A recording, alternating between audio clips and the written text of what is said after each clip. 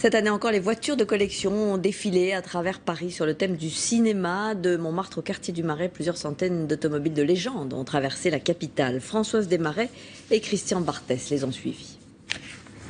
Un embouteillage le dimanche, rare et pour une fois précieux. Car devant les yeux des passants, de merveilleuses mécaniques que le temps a épargnées. Plus de 700 engins surgis du passé sillonnent la capitale. De 1903 à 1999, les époques se confondent. On roule différemment, on sent, les gens sont gentils avec vous, même les flics vous sourient, vous font des signes. Paris se métamorphose.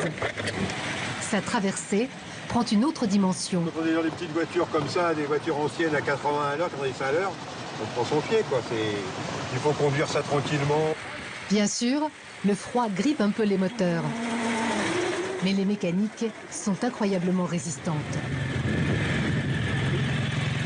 Elle était un peu capricieuse ce matin, donc c'est plus une angoisse qu'un plaisir, mais voilà, ça fait partie du charme de la vieille auto.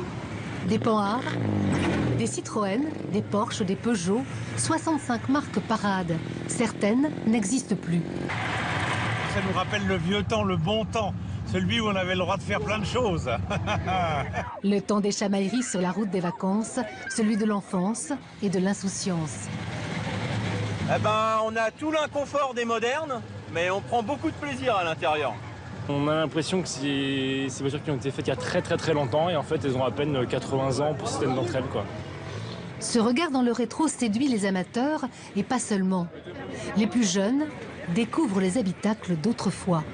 Les intérieurs de l'époque étaient certainement beaucoup plus jolis que ceux de maintenant. Il n'y avait pas de plastique à l'époque, c'était du chrome, de l'aluminium bouchonné, de l'acier, du bois. Starsky et Hutch font irruption pour que cette édition 2014 prenne au passage des allures cinématographiques. C'est une Porsche, celle de James Dean, la 2 chevaux du Cornio. Il y avait la DeLorean, Retour vers le futur. Des automobiles, symboles du génie humain, mécaniques, artisanales et bien sûr artistiques.